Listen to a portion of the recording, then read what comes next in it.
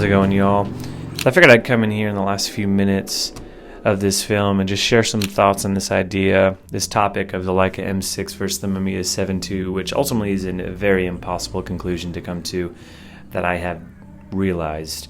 And didn't really know what I was getting myself into because I love both cameras equally and use them for different things as well as similar things. So if you have the opportunity to own one of these cameras or both, I highly recommend that, but I think I might have to give the edge to the Leica M6, the 35mm format, just because it is more of an everyday type camera.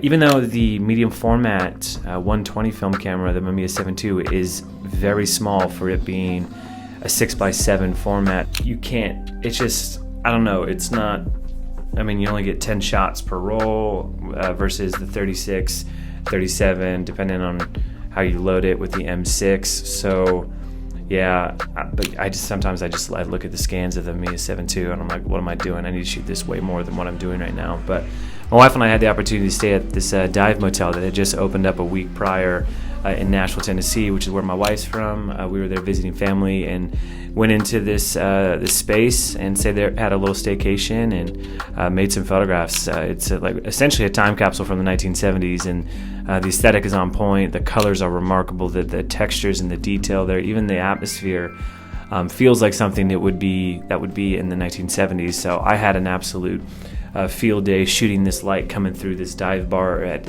8 a.m. and chose to shoot for the first time ever a Fuji Pro 400H, and all my friends that shoot that stock told me to overexpose like a mother, so that's exactly what I did. So I decided to overexpose a lot of these frames, almost all of them, at least 2 to 3 stops, and was super stoked with the results. I did a little post-production work and shadows, contrast, and highlights, which I do on all of my film work, but really stoked with how these turned out. But at the end of the day, I saw myself reaching more for the Leica M6 than I did the Mamiya 7.2, purely out of convenience. The Leica is a camera that feels more everyday, feels a little bit easier to manage. Even though I'm comfortable with the Mamiya 7.2, I just felt myself leaning towards the Leica.